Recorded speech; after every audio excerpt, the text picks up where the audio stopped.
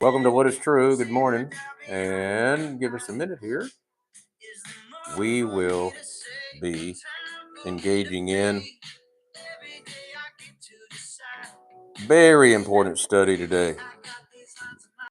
Not a family in the world I know of that just is unaffected by the topic of addiction.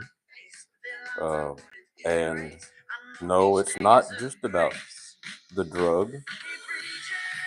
It is about the struggle to overcome things that would occupy our time in front of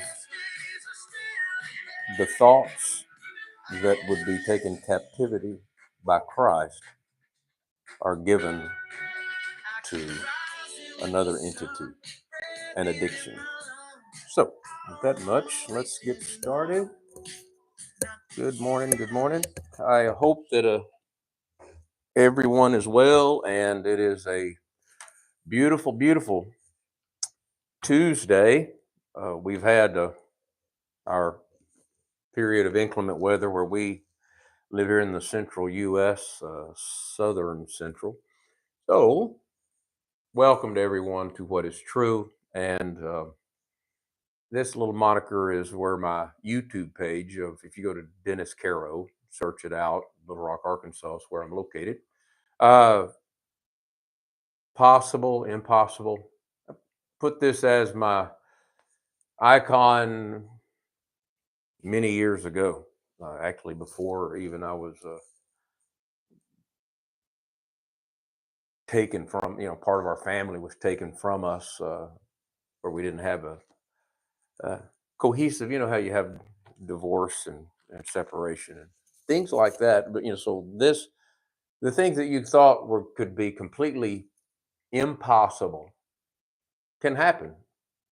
And the things that you think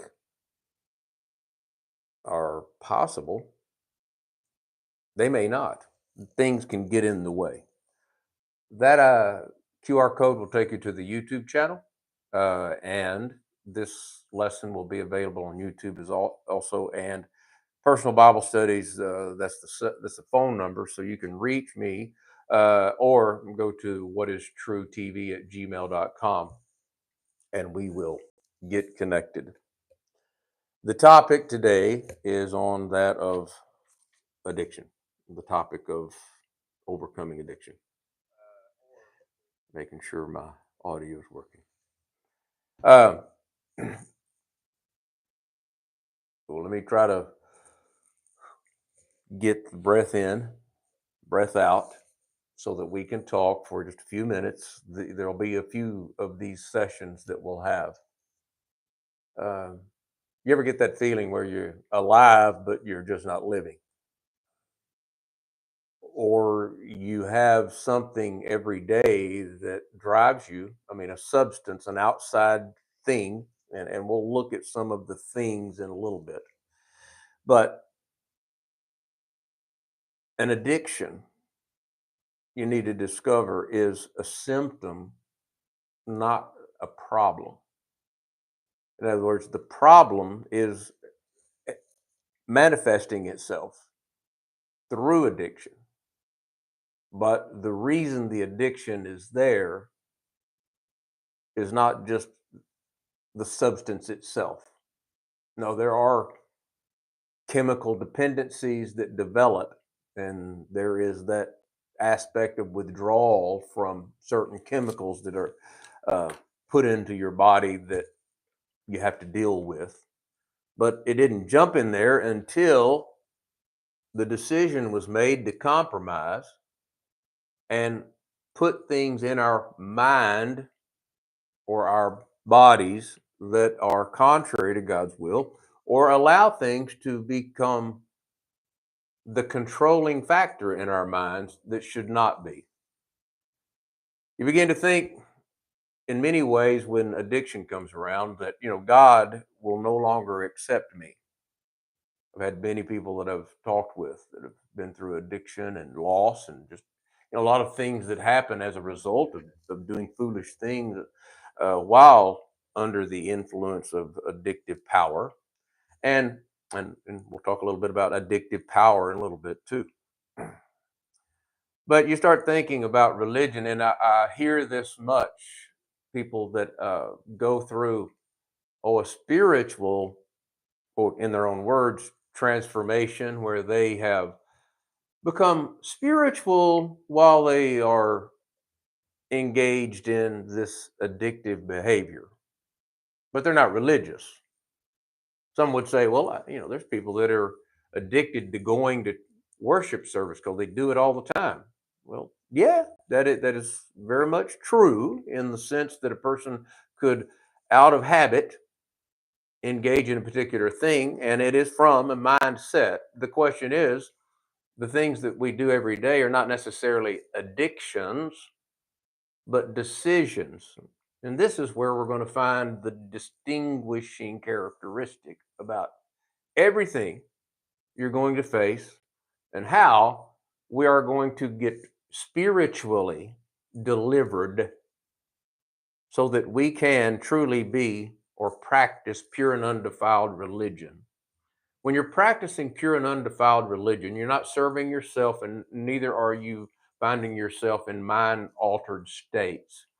Pure and undefiled religion before God the Father is this: to visit the fatherless and the widows in their affliction, and to keep oneself unspotted from the world. Now, you look at our country, I'm 15, 17 years at the nursing home every Sunday at 2:30, and I know for a fact that that's a category that most people, spiritual, religious, either way, don't really cater to that. Now, to go out and have drinks or to go out and engage in some kind of recreational activity, cool. And that's another thing that we have in our society is the addiction. It can be for money, it can be for work, it can be for all of those things. But deliverance from what we speak is something that comes one day at a time. 21 million Americans have substance addiction. 21 million, and that probably is maybe under uh, calculated. Overdose tripled, and actually that's old, the 1990, and that just has taken off in the last 5 or 6 years. And we see, because of what's being done in our education, even in work environments, depression and anxiety that grows out of confusion oftentimes will lead to substance abuse. I've got depression, anxiety. What do I need? Antidepressant. What do I need? Anti-anxiety. We begin those things, and then we have addictions. We develop dependencies, and then they can actually grow rather than be minimalized and marginalized. They can grow out of control and actually control an individual's life so much that they lose everything because of the desire for the one thing. I said, well, I don't really desire it. I need it because my mind says I need it, as a man thinks.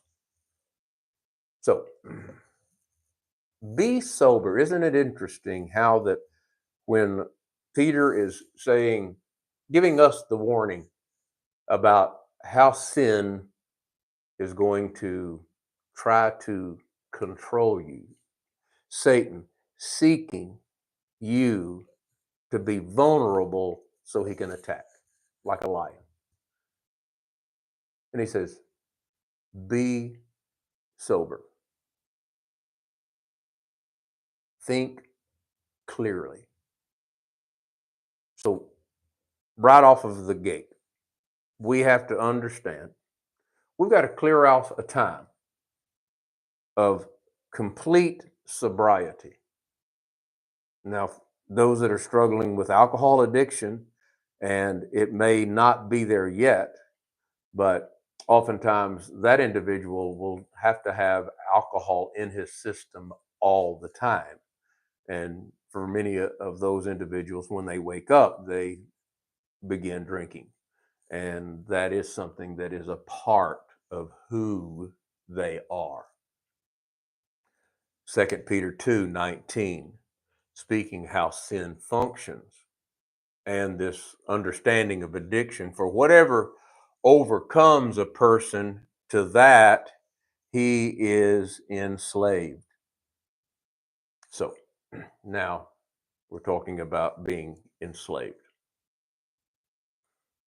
That is exactly what addiction feels like.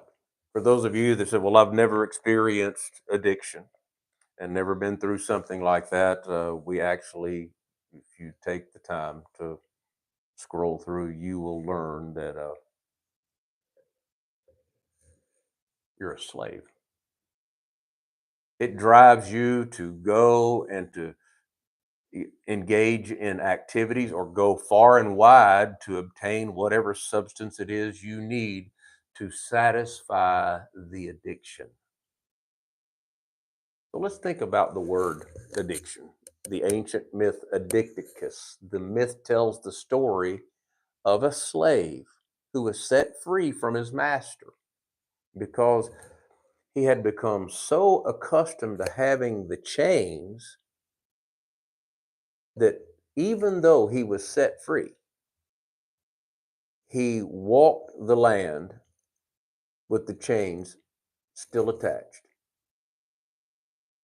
even though he could remove them at any time.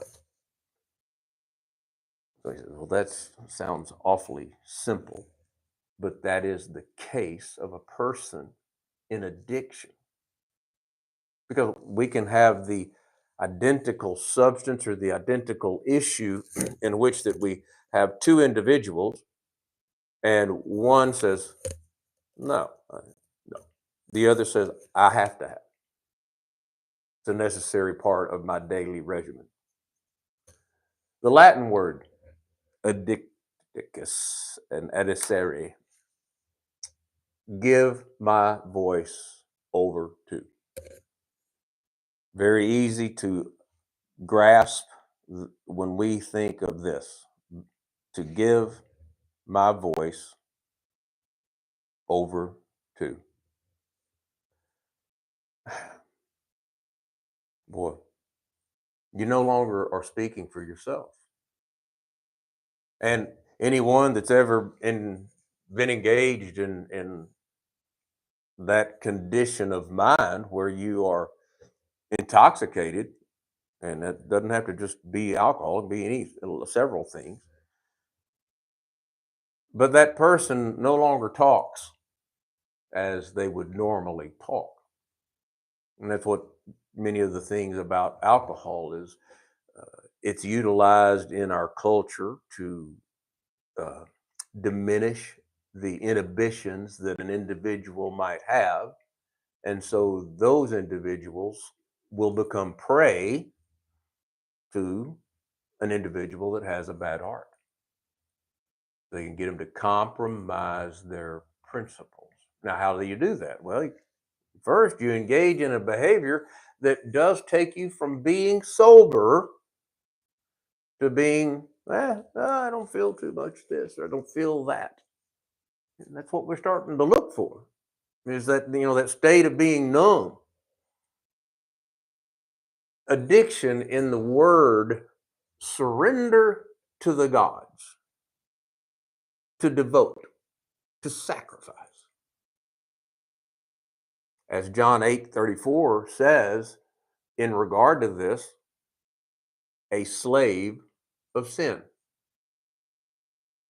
So to see it in the form of addiction, this is the blinding absorption of sin. It gets in us and can control us. Now, here's the incredible thing: sin shall not be master over you. Now, that's in Romans 6. Verses 3 through 4, talking about being buried, dying with Christ. There's that will of ourselves. There's even our addictions. Being buried with him in baptism. That's through faith in the working of God. In the working of God, raised to walk in newness of life. Verse 11 of Romans 6 says, reckoning yourselves to be dead indeed to sin, but alive unto God through Christ Jesus our Lord. And then, do you not know to whom you yield yourself, servant to obey? That one servant you are to whom you obey, whether sin leading to death or obedience leading to righteousness, in 16 and 17 there. Well, doesn't have dominion over us.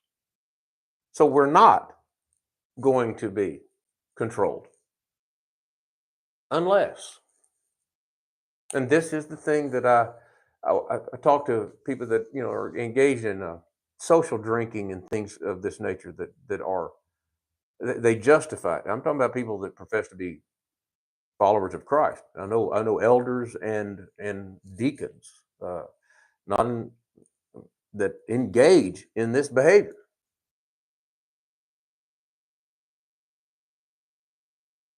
and they should repent. And let us not think that we'll not receive a stricter judgment. Hardened through the deceitfulness of sin, you justify your actions, your language, and you compromise the very thing that destroys the lives of men. I know a fellow that he is engaged. He's in a real struggle, and he needs help. And every time he gets out of control, it points to all the hypocrites in the church. Well, yeah, we're all reformed sinners, and if you look to the church, you're going to see people that have been through these problems or are experiencing them. The lesson isn't saying that, oh, I have addiction, I need to go somewhere and then I'll come to Christ. You need to come to Christ. That's what I'm saying, is that the fix is the system that we have in our minds is a little out of order. Now, as we said, with depression and anxiety and things like that, there are medical necessities that a person might need. A uh, antidepressant, like he would need an antibiotic. But we're an over medicated society, and oftentimes I think we turn to those things. And of course, the housewives of the 60s and 70s, as they began to turn to Valium and all of their products, it was, hey, well, we don't need to have a ladies' prayer breakfast or studying prayer like they were last night from the church here. The ladies on Monday nights have a Zoom meeting. By the way, that's one of those things that you can jump in on and study with the ladies on the topic of prayer. Uh, it's having this access is very wonderful. The opportunity to go to Pakistan a couple of times, and India, and of course the relationships we have in Africa. All of these things in regard to addiction and how we get there. We could go back and say, well, we just didn't put Jesus first. And that, I mean, all of that's true, and that's what the preacher would say. And that's the simple answer. But to pull back and kind of get the overview of what happened in the world, because we are to be wise as serpents and harmless as doves. And this is our education. We have accessibility. Our government is wide open in trying to stop fentanyl from crossing the border. People are buying medicine. People that don't understand is that there is a product that is out there on the streets that is designed to help people feel better, euphoric, pain relief, but they have taken that product and artificially produced it in China and other places and bringing it in through our border, through different borders. And it's fentanyl, which, just a small amount of that, you die. And it's taking the lives of many of our young people that think, I'm not addicted. There's no harm in this, or I'm going to try that. And then they die. And the tragedy of that is we've lost many people. The benefit can be that people would just say, no, I don't have anything to do with it. And rightfully so, say stupid. Otherwise, you go into the realm of self-deception. Hey, I wonder what it's all about. If people are trying it that much, and then they love it this much, and then they die, but people next to them just keep doing it, must be really good. No, it's really deceptive and it's really addictive. So you can go into secrecy, live the other life in the pretense. And then the other thing that it does is it gives you a sense of release or liberation. And somehow that you think that you have accomplished a place in life that's pleasing. In fact, the passing pleasures of sin is what Moses was said to have avoided to stay with the children of God. But what addiction does, it has one objective, and it masks your conscience. Actually, there's a song that even makes the statement, kill your conscience. And I suppose that when you do completely give in, that mechanism of your spirit of mind that God has given you as the conscience is overtaken, and it has become seared, kills your conscience, and control your soul. It wants you to keep on having the conversation. And there's some friends of mine that I'm talking directly to, uh, that we've had conversations. And you know how you talk when you're loaded. And you know that it's a mockery to approach God in such a way. Some have said that strange fire from Nadab and Abihu were the fact that they were inebriated. I don't know if that's factual or not. They died before the Lord. But this continued cycle of being on this, I'm going to fight it, I'm going to be sober, and then get drunk, make the call, I'm going to fight it. I'm going to say this: never stop calling, never stop trying. I know at the end of the day, something bad, I'm afraid, will happen. It's inevitable, whether it be to your body or doing things that are destructive. Initially, your desire to go do what you do, or what you did, or what you're now doing, if I'm talking to someone that's now struggling, you're sitting in the study thinking about your perceived need, and that you want a desire to be met. And somehow that desire is to go from a state of consciousness that could articulate a prayer unto God to a state of semi consciousness where that you just really don't care and you compromise. Remember, it was initially, hey, it's going to serve me. It's going to serve me. It's for me. And all of us that have been down that tragic road know, oh, what are you going to do?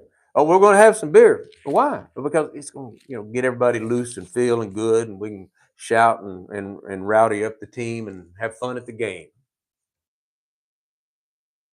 That guy that does that social thing one time in his life and gets through, or maybe even, they say, well, he only had a beer. He never got drunk. Never calculating the fella next to him. Because in this thing about alcoholism is that, there's a high percentage of people that once they drink, then something triggers in them this chemical addiction reaction, and there they go. And the Lord puts it in this way: it's going to start a war. For you, it just may be in that spirit of compromise where you're just actually the liaison, the connection. You're the one that, hey, you're successful in business and you're doing well, and I can go out and have a few beers, so come on with me. But then you take the guy out and you give him a few beers, and he's gone for life. James chapter 4, it just simply says that where do the wars and fightings come from, and where do all the problems in this life come from? And that is that we may spend it on our pleasures. That's in verse 2. You lust and do not have.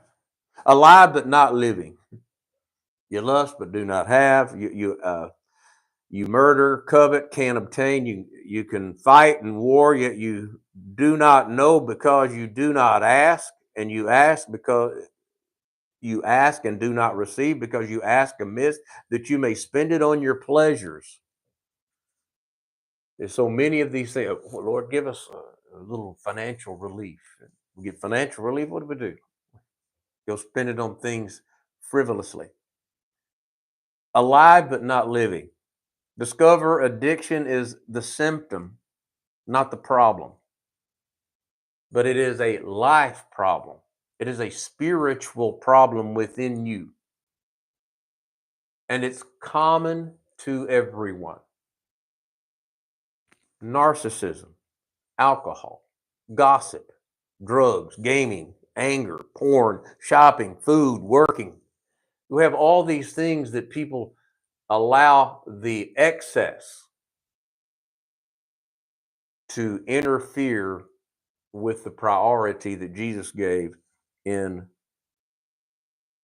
serving him and others. Addiction, common to all, is selfishness. It's where wars and the rumors of war and all these things come from. And there is a teaching, a doctrine that is out there that supports you in your addiction, and the preachers of the world that are engaged in manipulation of money will just leave you there, just like a doctor would leave you with your problems to just continuously, instead of healing, just continuously monthly get the bill. Where when they speak great swelling words of emptiness. This is people that begin to say, hey, it doesn't matter if you're living a life of an addict or a alcoholic or a narcissist and destroying people's lives and just being the most selfish human in the world. Doesn't matter. People say, well, it doesn't matter. We're all saved by grace, and God's there just to cover all that up.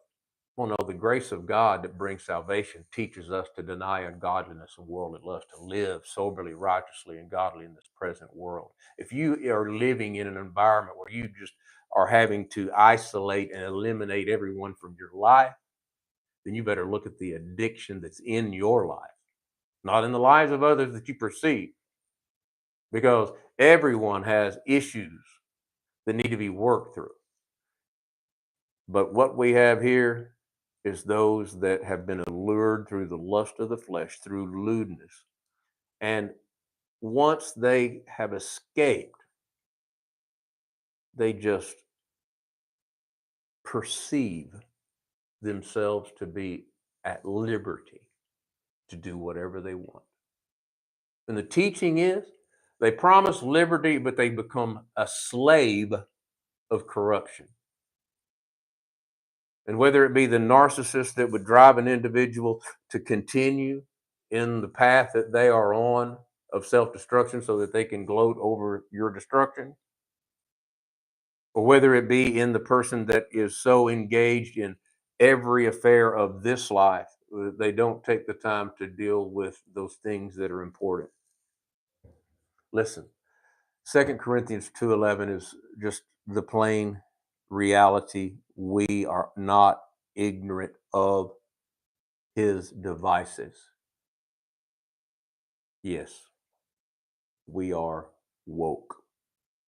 We need help. That one acknowledgement will ignite. The truth about Satan, he is a liar.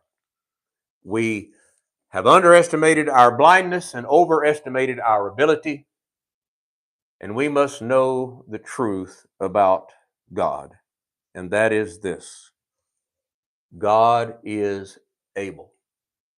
So we approach our problem, our struggle, realizing that the thinking that got us down this well and to this trouble is not the thinking that's going to get us out of this trouble.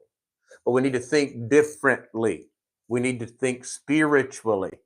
The addiction is common to everyone. All of us are self righteous, gullible, proud, compromising. We all need help. You have a conscience.